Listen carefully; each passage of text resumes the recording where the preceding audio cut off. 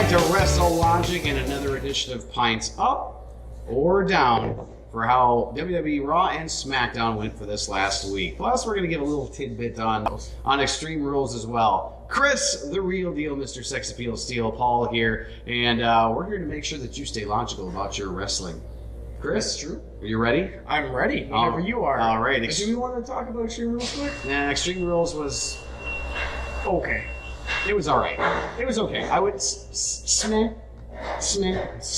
It had some moments that I was like. If I were doing a Raw Light segment or an Extreme Rules segment, it would be just this. Yep, no thumbs. It was almost like a glorified Raw. It was. Actually, that's a really good way to put it. It was like Raw with a little bit more. Yep. I would say. Although Kevin Owens going off the top of the cage was crazy. Okay, fine. We'll do this. Moment of Extreme Rules. Okay. Not including that one. You can't pick that one. Oh, shit. Because that one's like. One that I like too. Yep, I have mine.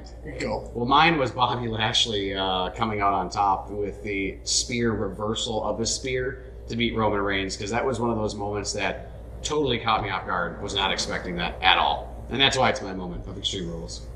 My moment of Extreme Rules, and it's kind of a crazy one, is James Ellsworth getting hung upside down, but he was getting kicked by Asuka crazy hard. Those were stiff kicks. Oh, yeah. But he had some metal plate on him, you saw. I don't know if you did he? saw it. Oh, I didn't on notice his back, that. he had a metal plate. Now, I don't know if that was supposed to be exposed or not, or if he had it on there because he knew, or, it was part of like, oh, if I get in trouble, here's what I'm going to do. But the other thought of that match was, if he's got that much clothing on, then he's going to be hiding stuff up there. That was just dumb. He should have had to come out in trunks or something like that. But anyways, he got hung upside down, which that's kind of funny. Yeah. He's getting kicked pretty good. Yes, he was. So that was kind of my moment. Besides, the obvious one of Kevin Owens, the crazy bump. His Mankind impersonation. Dude, that was nuts. Because when you do that, like Mankind going forward and kind of being able to take kind of a shoulder roll, I feel like that was easier for him because of the fact that he could kind of guide himself and see where he's going. Kevin Owens had his back, for the most part, turned to that. So hitting that spot is pretty tough, and he hit it pretty well. He nailed it, like, basically, to say nailed it perfectly, I mean, it still probably definitely hurt. Oh, but he probably landed the best way he could land to not kill himself. Right, absolutely. Basically. Holy cow. Anyways. All right, Smith for Extreme Rules. Getting right into it, though, we had Raw, and Kurt out, gave the ultimatum for Brock. He either shows up or says what his plans are, or he gets stripped of the title. And it sounds like he was going to get the title stripped, and then Paul Heyman comes out and interrupts and says, fine, he'll defend his title at SummerSlam. So at least we know that's actually going to happen, because there was rumors that he wasn't even going to be there. So this is nice to know that he's actually going to be there. And then, of course, everyone and their mother decides to come out because they want a challenge for it. We had Bobby Lashley, which, I figured fine. That's going to happen. Yeah, but Drew McIntyre surprised me coming out. It made me very excited. And then we had Finn Balor. We had... who am I missing? Elias, which caught me off guard. And then, of course, Roman Reigns. Seth Rollins first. But the whole time, I even put a note here, please not Roman, please not Roman. I put it in my notes. And I knew he was going to come out. But yeah. What would be really interesting to me is a match against Seth Rollins and Brock Lesnar. Because, he's wrestling guys that he's making them look good. Not that the guys aren't good themselves, but Brock does, a very few series of moves all together, and just to see how they could piece that together. I wouldn't even care who won on that, just to see how they piece it together. Because Brock's huge, Seth isn't so huge. Well, it's kind of like the AJ versus Brock match. Yeah, right. It was so good. Like, that was such a great match to watch, that Survivor Series. I was very impressed, because Brock looked good. Like, he actually wrestled really well. And so he can, absolutely. I think. Well, if he wants to, but he has to want to. And half the time he just shows up, gets a couple of suplexes, and calls it a day. But I feel like what they did is they just changed his gimmick because he went to MMA, so then that's kind of his gimmick now is, hey, I'm doing all these technical moves, I suppose. Rather than, because he's athletic, as we all know. Yeah, he is. But so basically what ends up happening is, as Kurt says, 2 triple threat matches. The winner of each of those will battle next week to finally figure out who Brock is facing at SummerSlam. Interesting. Unfortunately, as your word would be, kind of predictable. Yeah. I figured who was going to win. I just hoped they weren't going to win. And we kicked off. The first triple threat match was Drew McIntyre, Finn Balor, and Roman Reigns. Hell of a match. It was a great match. It was a fantastic match, but predictable again. I had a feeling Roman was going to win, but I had my fingers crossed that I turned to my wife and I said, if either of them besides Roman wins, I'll be happy. Well, and just think if Finn Balor was to go against Brock Lesnar, how would that go? He's a little guy, as Baron Corbin likes to point out, but I don't know. I still think it would have been a great match. But so Roman wins the first one, obviously. Besides that, though, I'm going to go off the match work on this, and it was a great match. Okay, working wise, great match. So pints up for me on this storyline. Obvious kind of. No. All right. Man, I'm starting to drink alone here lately. You are. If Roman hadn't won, I would drink to this, but it ticked me off because he's getting way too many opportunities that he doesn't deserve. It's not even. Well, I mean, it's not that he doesn't deserve it. It's just that their storyline doesn't make sense. Deserve it. He's gotten beaten so many times. Right, but that has to do with creative in the back. It has nothing to do with him. He's just doing his job. Just like if someone asked you to do whatever. In storyline doesn't make sense. Creative. You guys are the ones that are making him look bad. He doesn't deserve it because he keeps getting beaten. So let's move on. All right. So up next, Constable Corbin was mad because he didn't get put into one of the triple threats. Blah blah blah. Whatever. He lost to Finn. He's just Kurt's biatch. Well, no, he's Stephanie's biatch, actually. Whatever. So, Miss Lady Balls. Backstage, Bayley, Boo, and Sasha. Apparently, it's to be Sasha and Bayley versus Alicia and Dana. I guess they still work for the WWE. Just say they're there. Good for them. So, but why we're doing this, I don't get it. Kurt's like, we solve our problems in the ring, so let them wrestle. Why aren't they wrestling yet? Okay. But whatever. Apparently, they had other plans, as we found out later in the night. The doll comes out and builds up the fact that he won the Iron Man match, and he did it all on his own. And then Bobby Roode comes out, which kind of surprised me. I was not expecting that to be the next feud. And then says, "Oh, you should have given props to Drew McIntyre." And Dolph was, They're both like show-offs, They are. So actually, it's kind of it was a good match. The match was good. I was kind of surprised. I thought for sure Bobby Roode would have won since they made it non-title. And I thought that was what was going to happen, but Dolph won again. So it continues to make him look good. Storyline, that's kind of odd to do. Like, that's a tough one. Who should win? Obviously, we got one guy. He's the heel. But it wasn't for a title match, and now you kind of make Bobby Roode look maybe weak at the. I don't know. It's a tough one. Yeah, I'm gonna drink to it though because it was a good match. Oh, absolutely. And I think it's moving them both forward. Maybe not in the best direction. We'll see. Backstage, Bobby gets teased by Mojo for losing. That means that's going to be a feud. I wouldn't mind that. Mojo needs a bigger person to fight, so I think that'd be a fun little feud. Yeah, but who did he end up wrestling? He ended up wrestling Tyler Breeze, which I still did not think was a bad thing, because Tyler needs something to do while Fandango's gone, so at least he's still getting TV time. Because sometimes when your tag partner's gone, you basically just get buried until they come back. So the fact that they're still putting him on TV, and Mojo's still looking incredibly intense, expanding his character. I'm actually drinking to this. I don't know if I'm drinking alone, though. Oh, man. I mean, I want to because I want to see Mojo keep going. And, Tyler Breeze, feel kind of bad for him. He really didn't turn out the baby steps they need to be, because they can't just all of a sudden, they've seen how well it works to just shove someone into the title scene, Jinder Mahal, and it's not working out very well. So they've got to build. I'm going to drink to this in hopes that Mojo gets a bigger push and a bigger feud. Just like you said. So Bayley and Sasha had a match with Dana Brooke and Alicia Fox. Welcome back, Alicia Fox. Where you been? Kind of a crazy match, though. I mean, it wasn't really much of a match, but some of the spots were insane. Like all that outside of the ring stuff, and that double knee shot from, and then the big crossbody from Sasha, which just ended up getting her disqualified because she wasn't the legal person. And then storming off, I was just like, what just happened? I understand that her and Bayley were angry at each other, but it was like she saved Bayley and then pounded the other two people to a pulp and then left. So I don't know if they're confused with Bayley and Sasha on what to do with them or what. No, we'll find out momentarily what's really going on, even though we still really don't know. I know, but it was okay. To me, this is how it's like, oh, we wanted to go this direction.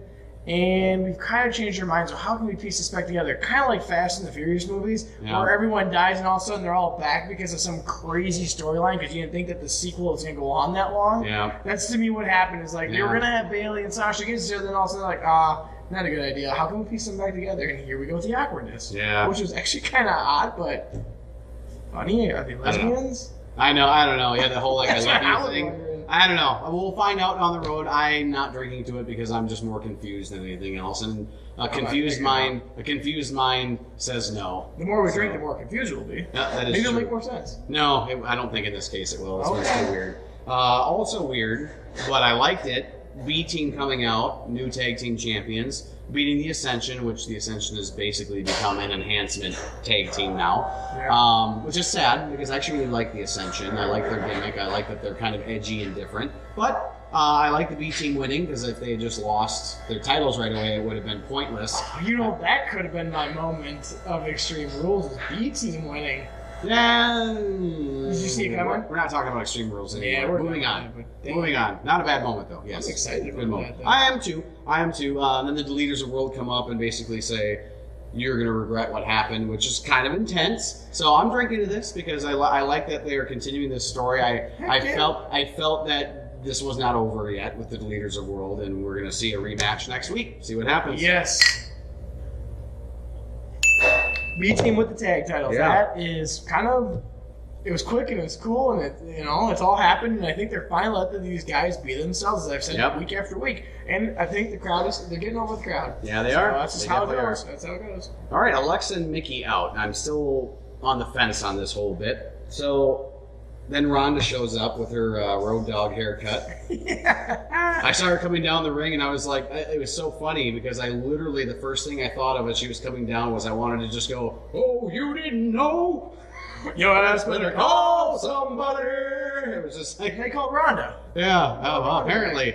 Comes down, just lays the smackdown on everybody. Dude, that finisher of hers, if that's supposed to be her That, finisher, like, that looks painful. It's like a Slamming hard. Well, it's like an F5 on crack. Like with how hard they come down. But Okay, it's like, so you've seen a back body drop most likely if you're watching this and you watch wrestling. That's not so bad because even though you're higher up in the air, you're still taking a ginger fall. Ronda is snapping them that way, and if that's painful, especially if you snap your head off the back. Holy smokes! and Nikki doing that in heels.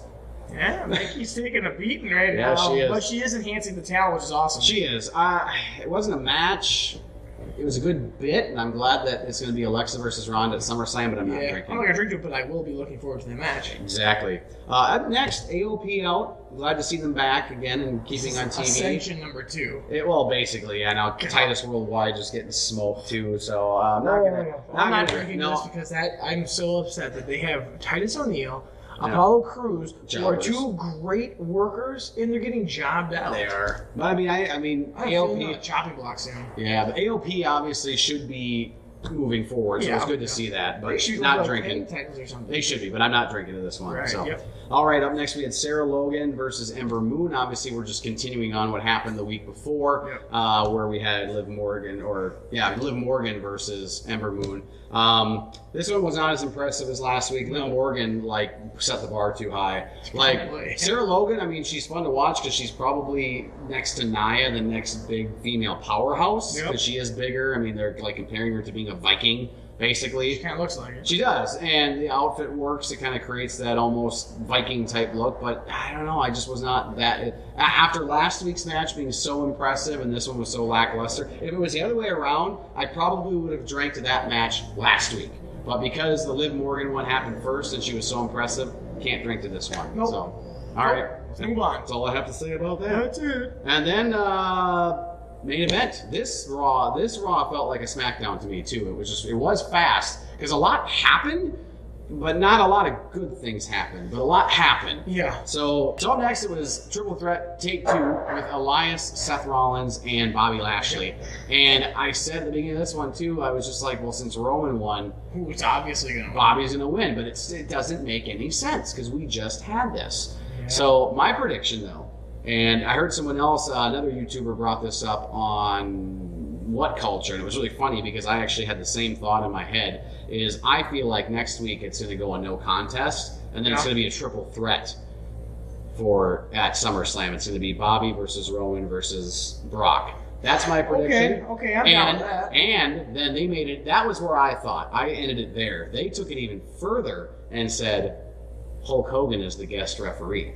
Well, they Bring are it in back. talks with him, Yep. and if you've been They came to following our terms. page, we shared that on our They came page to on terms. Logic. He's coming back. They just don't know what. the issue is ironically, creatives never seem to have a problem just puking stuff out and calling it good stuff. But apparently they're actually really planning out Hulk Hogan's return. If he's a guest referee, how's he going to get down and then back up after counting? I don't know. Or maybe an enforcer. Maybe he won't. Maybe he'll be the enforcer. I don't know. We'll see what happens. Okay, but so now I'm going to drink to that because I'm hoping that happens. I'm not, because it's rinse and repeat. We're going to get Bobby versus Roman again. Yeah, but if they do triple threat, that'd be cool. If that happens next week, then I'll drink to it. Yeah, I'm not okay, then I'm drinking to the workers. Nothing. Nope. Can't make me drink. So Raw, a little rough yet again. Oh, only 5 pints up for Is that Raw. last week? No, they had 6 up last week. So, wow. ooh, they lost one from last week. So we'll see what happens with SmackDown coming up next. And of course, SmackDown, how many drinks do they get? They get 3. They get 3 until we're told otherwise. We're going to keep giving them 3 because they are an hour show.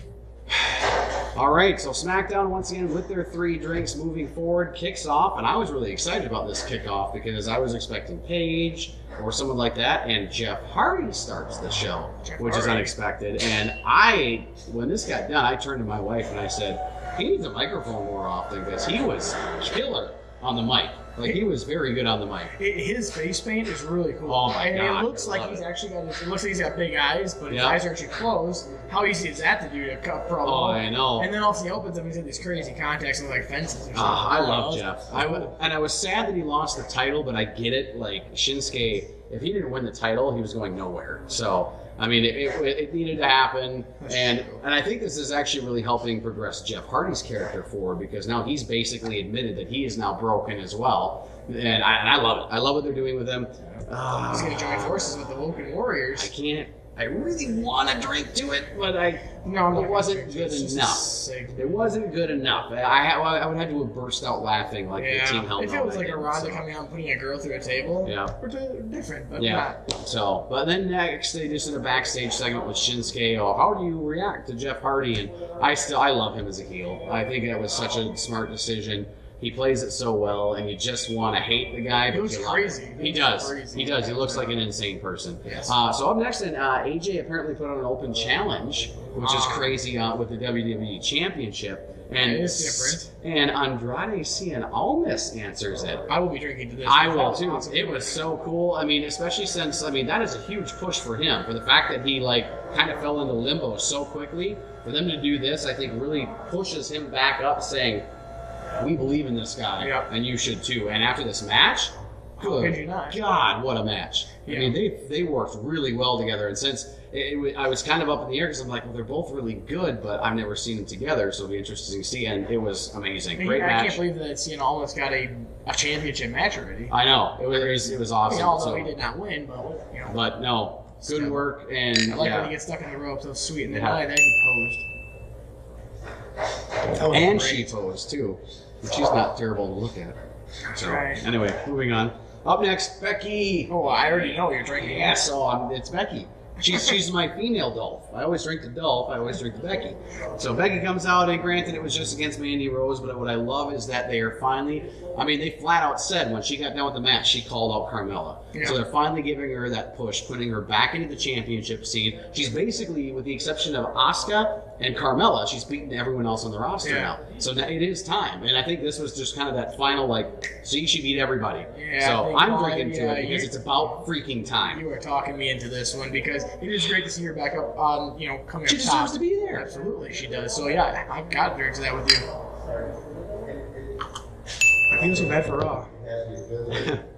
All right, Mella and Paige just backstage. Becky's still like, oh, I beat her twice.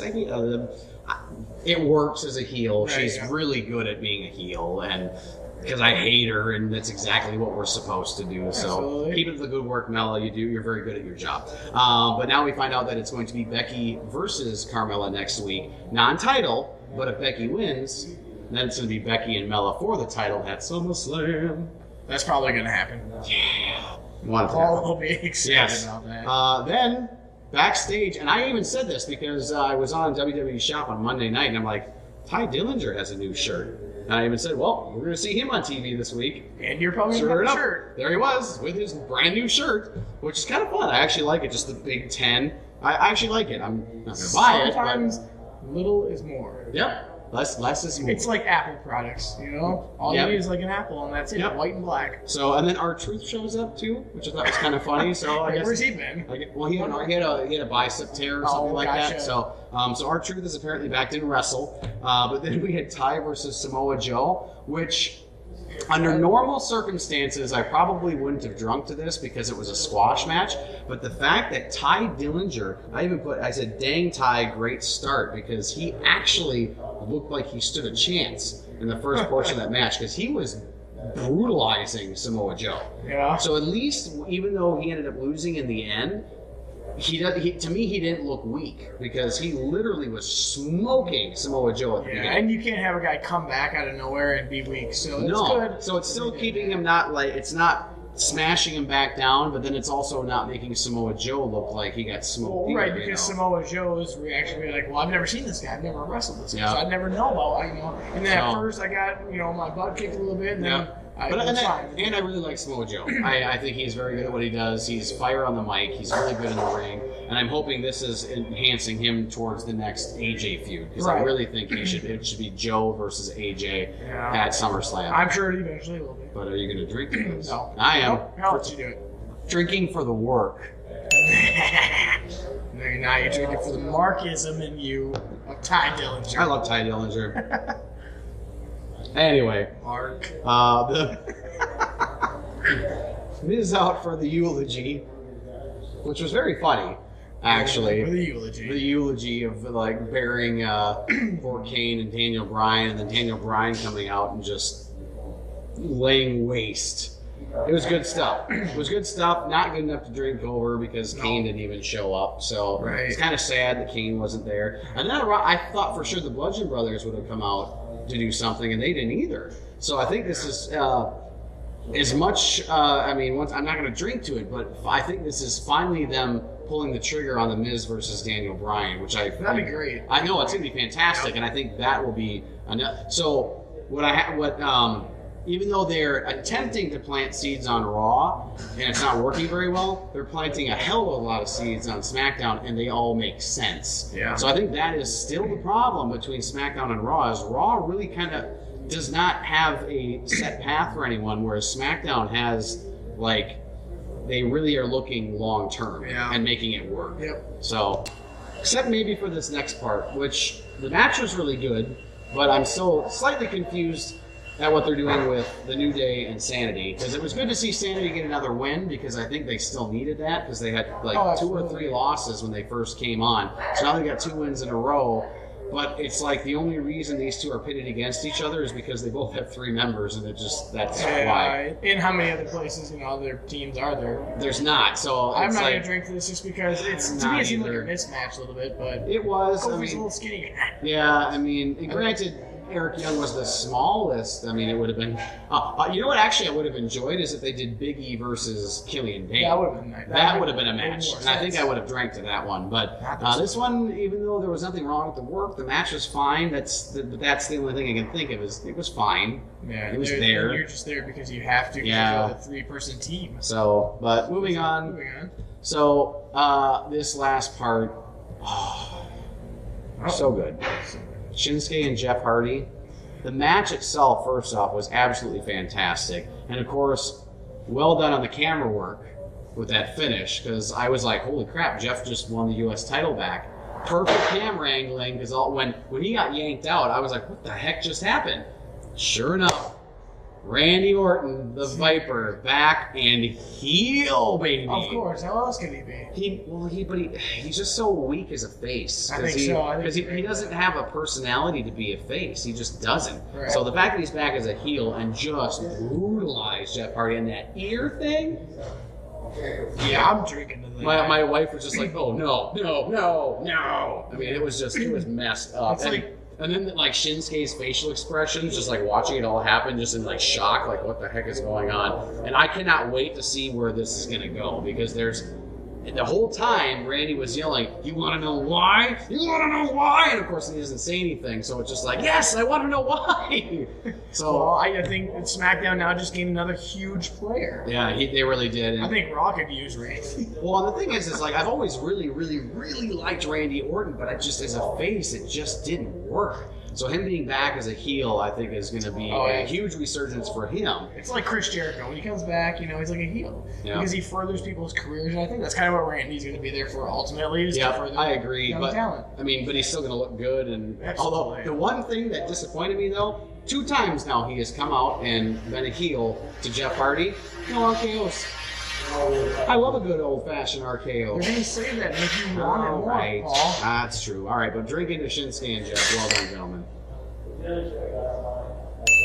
And Randy Orton.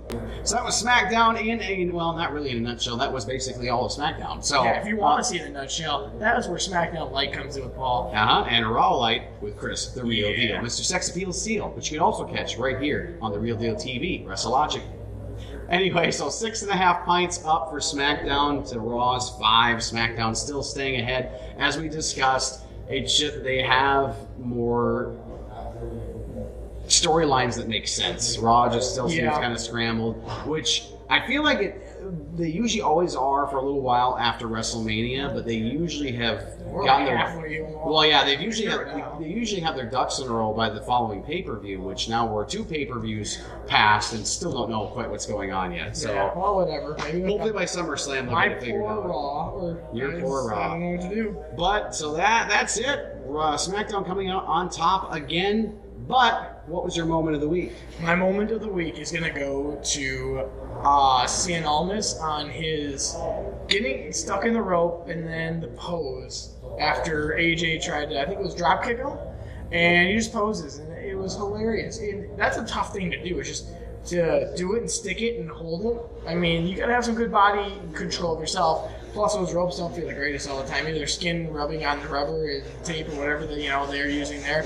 That was cool. I thought it was awesome. It shows his character a little bit. Awesome. And my moment, I'm going to have to go with Randy Orton cementing his heel turn, because I feel like at Extreme Rules, since it was one stomp and he left, it was still a little up in the air. Like, okay, did he just turn heel or was he just being a dick?